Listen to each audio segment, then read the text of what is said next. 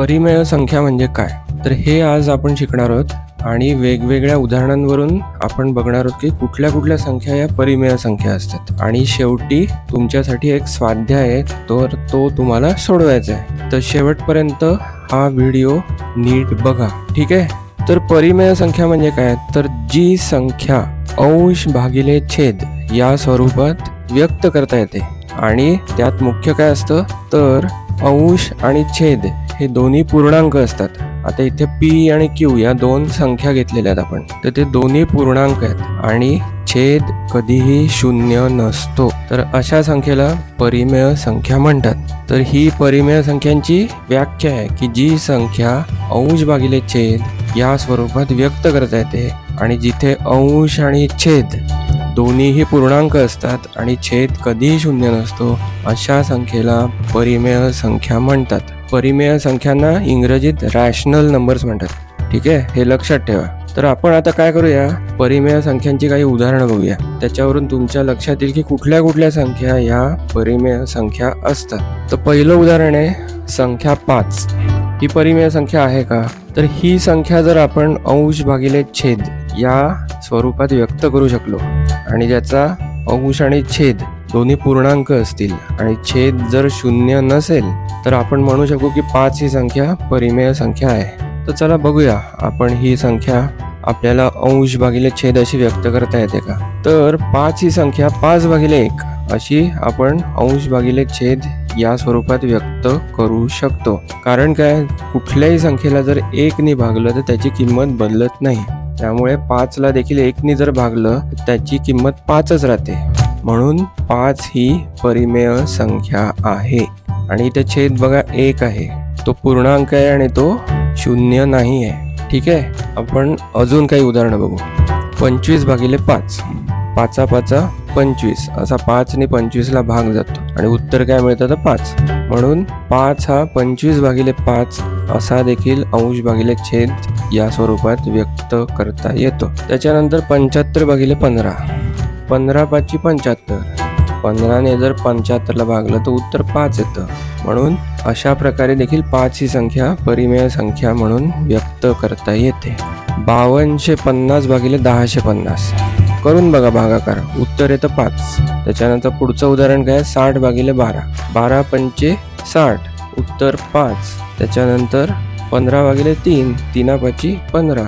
अशा विविध प्रकारे 5 ही संख्या अंश भागिले छेद या स्वरूपात व्यक्त करता येते. म्हणून 5 ही परिमेय संख्या आहे. आणि या सगळ्या उदाहरणात बघा, अंश देखील पूर्णांक आहे, छेद देखील पूर्णांक आहे आणि कुठल्याही उदाहरणात छेद शून्य नाही आहे. याचाच अर्थ काय, तर सर्व पूर्णांक संख्या या परिमेय संख्या असतात. 5 ही पूर्णांक संख्या आहे. तर आपण अजून एक उदाहरण बघू. इथे संख्या घेतली 9.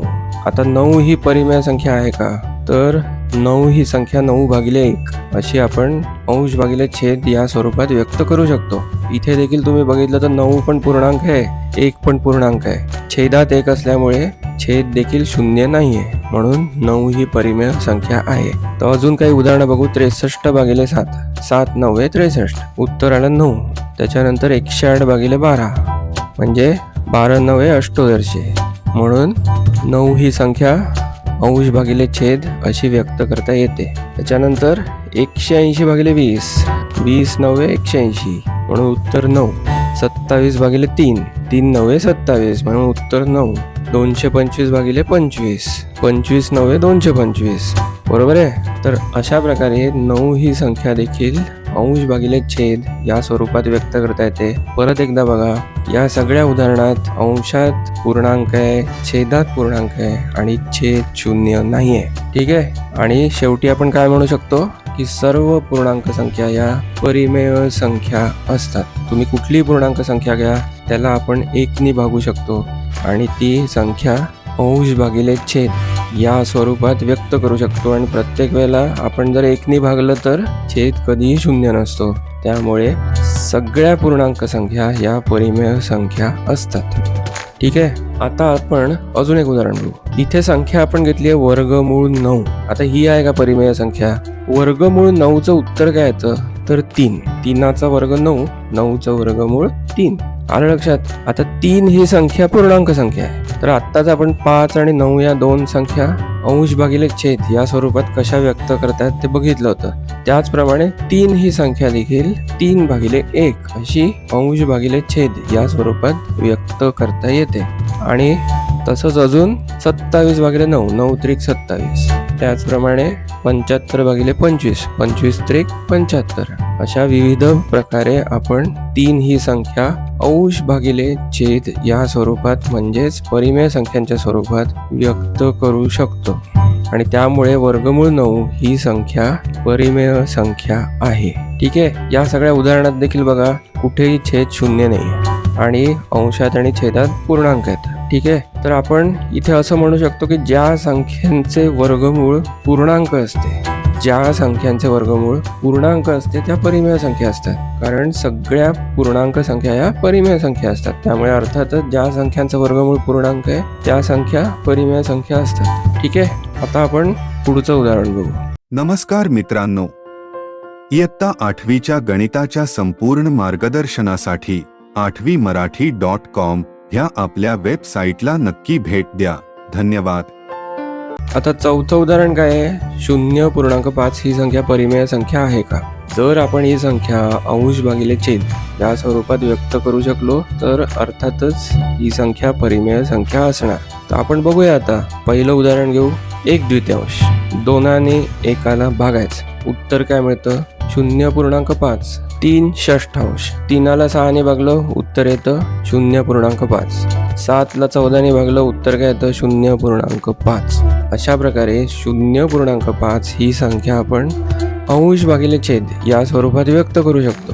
आणि तुम्ही या सगळ्या उदाहरणात बघितलं तर अंश आणि छेद दोन्ही पूर्णांक आहेत आणि छेदात शून्य नाही आहे. म्हणजेच काय तर 0.5 ही संख्या परिमेय संख्या आहे. ठीक आहे. तर आपण काय म्हणू शकतो? जी अपूर्णांक संख्या अंश भागिले छेद अशी व्यक्त करता येते आणि जिथे अंश आणि छेद हे दोन्ही पूर्णांक असतात आणि छेदात शून्य नसतो तेव्हा ती संख्या परिमेय संख्या असते. आता 5वं उदाहरण काय आहे बघा. इथे एक संख्या दिली आहे 6/5 आणि ही परिमेय संख्या आहे का असं विचारले. तर इथे आपल्याला दिसतं की अंशात देखील पूर्णांक आहे, छेदात देखील पूर्णांक आहे आणि छेद हा काय शून्य नाही आहे. त्यामुळे ही परिमेय संख्या आहे. तरी पण आपण याचा भागाकार करून बघूया. तर 5ने 6ला भागूया. पहिला भाग कितीचा जाईल? 1चा. 5 1 5. बाकी किती राहिली? 1. आता जेव्हा भागाकाराची बाकी शून्य नसते तेव्हा तो भागाकार अपूर्ण असतो. इथे बाकी काय आली आहे? 1. म्हणजेच काय तर हा भागाकार अपूर्ण आहे. मग आपण अशा वेळेला काय करतो? दशांश चिन्ह घेऊन एक शून्य घेत. तर इथे आपण एक शून्य घेतला. आता खाली 10 झाले बघा. हा. आता भाग कितीचा जाईल? 5 2 10. हा. आणि आता बाकी किती आली बघा? 0. बाकी 0 म्हणजे भागाकार पूर्ण झालेला आहे. भागाकाराची क्रिया इथे संपलेली आहे किंवा पूर्ण झालेली आहे. याच्या पुढे आपल्याला भागाकार करता येणार नाही. भागाकाराची क्रिया पुढे चालू ठेवता येणार नाही. मग उत्तर काय मिळालं आपल्याला? 1.2. 1.2. आलं लक्षात? तर इथे बघा बाकी 0 म्हणून भागाकार पूर्ण झालेला आहे. आणि जेव्हा भागाकार मर्यादित असतो, मर्यादित म्हणजे काय? तिथे भागाकाराची क्रिया पूर्ण झाली आहे, भागाकार संपलेला आहे, म्हणून अशा भागाकाराला मर्यादित भागाकार म्हणतात. तर अशा मर्यादित स्वरूपाचा भागाकार असणाऱ्या संख्या या परिमेय संख्या असतात. हे लक्षात ठेवायचं. जर परीक्षेत तुम्हाला अशी संख्या दिली अंश भागिले छेद या स्वरूपात आणि विचारलं की परिमेय संख्या आहे का, तर पहिलं काय बघायचं? अंश बघायचं. आहे का पूर्णांक? आहे. छेद आहे का पूर्णांक? आहे. छेद 0 आहे का? नाही आहे. म्हणजे ही संख्या परिमेय संख्या असू शकते. असू शकते असं मी का म्हणतोय? कारण प्रत्यक्षाचा भागाकार करून बघायचा. तो जर मर्यादित स्वरूपाचा असेल तर आपण थेट म्हणू शकतो की ही संख्या परिमेय संख्या आहे.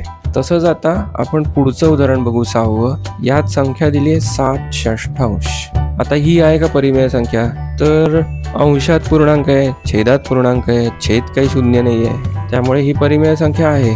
तरी पण आपण भागाकार करून बघू. आता इथे आपण 6ने 7ला भागणार आहोत. पहिला भाग कितीचा जाईल? तर अर्थातच 1चा. 6 1 6. बाकी किती राहिली? 1. बाकी 1 म्हणजे भागाकार अपूर्ण आहे. भागाकार पूर्ण केव्हा होतो? जेव्हा बाकी 0 होते. ठीक आहे. तर आपण दशांश चिन्ह घेऊन एक 0 घेतलं खाली. आता खाली झाले 10. परत भाग कितीचा जाईल? 6 एके 6. 10तून 6 गेले, राहिले किती? 4. बाकी 4 म्हणजे भागाकार अजूनही अपूर्ण आहे. मग आपण अजून एक शून्य घेऊया. आता भाग कितीचा जाईल? 6 6 36. तर 40 मधून 36 आपण वजा करणार. किती आली बाकी? 4. बाकी 4 म्हणजे भागाकार अपूर्ण आहे, म्हणून परत एकदा शून्य घेतलं. परत कितीचा भाग जाईल? तर 6चाच जाईल. 6 6 36. 40 मधून 36 गेले, राहिले 4. बरोबर आहे. बाकी 4 म्हणजे भागाकार अपूर्ण आहे. परत एक शून्य घेतलं, परत 40 केले. परत भाग कितीचा जाईल? 6 6 36. 40 मधून 36 गेले, राहिले 4. भागाकार अपूर्ण आहे, कारण बाकी शून्य नाही आहे. बाकी काय आहे? 4. परत एक शून्य घेतलं. परत भाग कितीचा जाईल? 6 6 36. बाकी किती राहिली? 4. तर इथे काय होते बघा, प्रत्येक वेळेला बाकी 4 येते. भागाकार असतो अपूर्ण, म्हणून आपण एक शून्य घेतो आणि त्याचे 40 करतोय. मग भाग कितीचा जातोय? 6 6 36. आणि 40 मधून 36 वजा केले की परत बाकी 4च मिळते. परत आपण त्याचे 40 करतोय. भाग कितीचा जातोय? 6 6 36. पुन्हा 40 मधून 36 वजा करतो, बाकी येते 4. आता या भागाकाराच्या शेवटच्या जर 4 पायऱ्या बघितल्या तर त्या परत तशाच होत आहेत. म्हणजेच काय होतंय? तर रिपीट होत आहेत. त्यालाच मराठीत काय म्हणतात? आवर्तन. रिपिटेशन येते, परत होत आहेत आणि भागाकार अपूर्ण राहतोय. बाकी शून्य येत नाहीये आणि हा भागाकार न संपणार आहे. याला म्हणतात अमर्यादित स्वरूपाचा भागाकार. ठीक आहे. म्हणजे बघा, हा भागाकार एकतर अमर्यादित आहे, म्हणजे न संपणार आहे. ही भागाकाराची क्रिया अशीच जर पुढे आपण चालू ठेवली तर असे अगणित 6 येणार आहेत त्या भागाकाराच्या उत्तरामध्ये. त्याला आवर्ती स्वरूपाचा भागाकार म्हणतात. यावरून आपण काय म्हणू शकतो?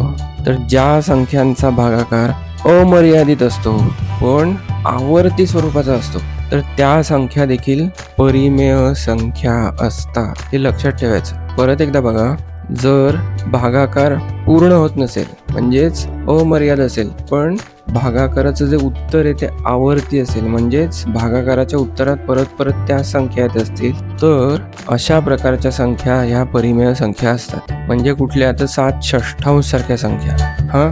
अशा अनेक संख्या असतील ज्यांचा भागाकार आवर्ती स्वरूपाचा आणि अमर्याद असेल. ठीक आहे. तर परीक्षेत पहिलं काय बघायचं अशी संख्या दिल्यावर? की अंशात आणि छेदात पूर्णांक आहे का बघायचा, छेद शून्य नाही ना हे बघायचं, आणि हा भागाकार करून बघायचा. जर भागाकार पूर्ण झाला आधीच्या उदाहरणासारखा, तर अर्थातच ती परिमेय संख्या आहे. जर भागाकार अपूर्ण राहिला तर त्याच्या भागाकाराचं उत्तर हे आवर्ती आहे का ते बघायचं. जर ते आवर्ती असेल तर त्या संख्या अर्थातच परिमेय संख्या असणार. ठीक आहे. तर अशा 6 उदाहरणांवरून आपण बघितलं की कुठल्या प्रकारच्या संख्या ह्या परिमेय संख्या असू शकतात. ठीक आहे. तर आता आपण आतापर्यंत आपण काय शिकलो त्याची एक थोडक्यात उजळणी करूया. तर सुरुवातीला आपण परिमेय संख्यांची व्याख्या पाहिली, ज्या संख्या अंश भागिले छेद या स्वरूपात व्यक्त करता येतात आणि ज्यांचा अंश आणि छेद दोन्ही पूर्णांक असतात आणि छेद कधीही शून्य नसतो, तर अशा संख्यांना परिमेय संख्या म्हणतात. नंतर आपण काय बघितलं, तर सगळ्या पूर्णांक संख्या ज्या असतात त्या परिमेय संख्या असतात. तर आपण संख्या कुठल्या घेतल्या होत्या? 5 घेतली होती एक आणि 9 घेतली होती. बरोबर. आणि ती वेगवेगळ्या प्रकारे आपण अंश भागिले छेद या स्वरूपात लिहिली होती आणि त्यावरून सिद्ध केलं होतं की 5 आणि 9 या पूर्णांक संख्या या परिमेय संख्या आहेत. म्हणजे सगळ्या पूर्णांक संख्या या परिमेय संख्या असतात. त्याच्यानंतर आपण वर्गमुळाचं उदाहरण घेतलं होतं, वर्गमूळ 9. वर्गमूळ 9चं उत्तर काय येतं? 3. तर ती पूर्णांक संख्या आहे, म्हणून ज्या संख्यांचं वर्गमूळ पूर्णांक असतं त्या देखील परिमेय संख्या असतात. त्यानंतर पुढचं उदाहरण आपण बघितलं होतं ते 0.5 या अपूर्णांकाचं. आणि 0.5 हा अपूर्णांक आपण अंश भागिले छेद या स्वरूपात कसा लिहिता येतो ते पाहिलं होतं. तर 1/2 असा लिहिता येतो किंवा 3/6 असा लिहिता येतो. तर ज्या अपूर्णांक संख्या अंश भागिले छेद अशा व्यक्त करता येतात आणि तिथे देखील अंश आणि छेद दोन्ही पूर्णांक असतात आणि छेद कधीही शून्य नसतो, तेव्हा त्या संख्या परिमेय संख्या असतात. बरोबर. त्याच्या पुढचं उदाहरण आपण काय बघितलं होतं की मर्यादित स्वरूपाचा भागाकार असणाऱ्या संख्या. तर आपण कुठली संख्या घेतली होती? 6/5 आणि तो भागाकार करून बघितला होता. आणि त्याचं उत्तर किती आलं 1.2 आणि तिथेच त्या भागाकाराची क्रिया थांबली. म्हणजेच काय, तो मर्यादित स्वरूपाचा भागाकार होता. तर ज्या संख्यांचा भागाकार मर्यादित स्वरूपाचा असतो त्या देखील परिमेय संख्या असतात. आणि शेवटचं उदाहरण आपण बघितलं होतं, त्यात आपण संख्या घेतली होती 7/6 आणि त्याचा भागाकार करून बघितला होता आणि तो भागाकार अमर्यादित स्वरूपाचा होता, म्हणजे न संपणारा होता, बरोबर. आणि त्या भागाकाराचं उत्तर काय आलं होतं तर 1.1 आणि त्याच्यानंतर अगणित वेळा 6, म्हणजेच आवर्ती स्वरूपाचा तो भागाकार होता. तर ज्या संख्यांचा भागाकार हा अमर्यादित असतो आणि आवर्ती स्वरूपाचा असतो त्या संख्या देखील परिमेय संख्या असतात. ठीक आहे, तर ही होती आपण आज काय शिकलो त्याची थोडक्यात उजळणी. आणि ही तुमच्यासाठी काही उदाहरणे आहेत, ती तुम्ही स्वतः सोडवा आणि त्याची उत्तरं कॉमेंटमध्ये मला कळवा. पहिलं उदाहरण काय, तर 0 ही परिमेय संख्या आहे का, विचार करून बघा. त्याच्यानंतर दुसरं उदाहरण काय आहे, 8/9 ही आहे का परिमेय संख्या, तर भागाकार करून बघायचा. 65/25 ही आहे का परिमेय संख्या, भागाकार करून बघायचा. त्याच्यानंतर वर्गमूळ 625 आणि वर्गमूळ 17 या दोन्ही परिमेय संख्या आहेत का, बघा त्याची उत्तरं काय येतात. जर उत्तरं पूर्णांक आली तर ती परिमेय संख्या आहे, नाही आली तर नाही आहे. त्याच्यानंतर 1.2 ही अपूर्णांक संख्या आहे, तर ती आपण अंश भागिले छेद अशी व्यक्त करू शकतो का, बघा सोडवून. तर ही 5 उदाहरणं तुमच्या सरावासाठी मी इथे देतोय. ठीक आहे, तुम्हाला जर हा व्हिडिओ आवडला असेल तर कृपया लाईक करा. त्याचप्रमाणे तुमच्या मित्रमैत्रिणींबरोबर जास्तीत जास्त शेअर करा. आणि सगळ्यात महत्त्वाचं काय, तर कृपया आपलं हे चॅनल सबस्क्राईब करा. धन्यवाद.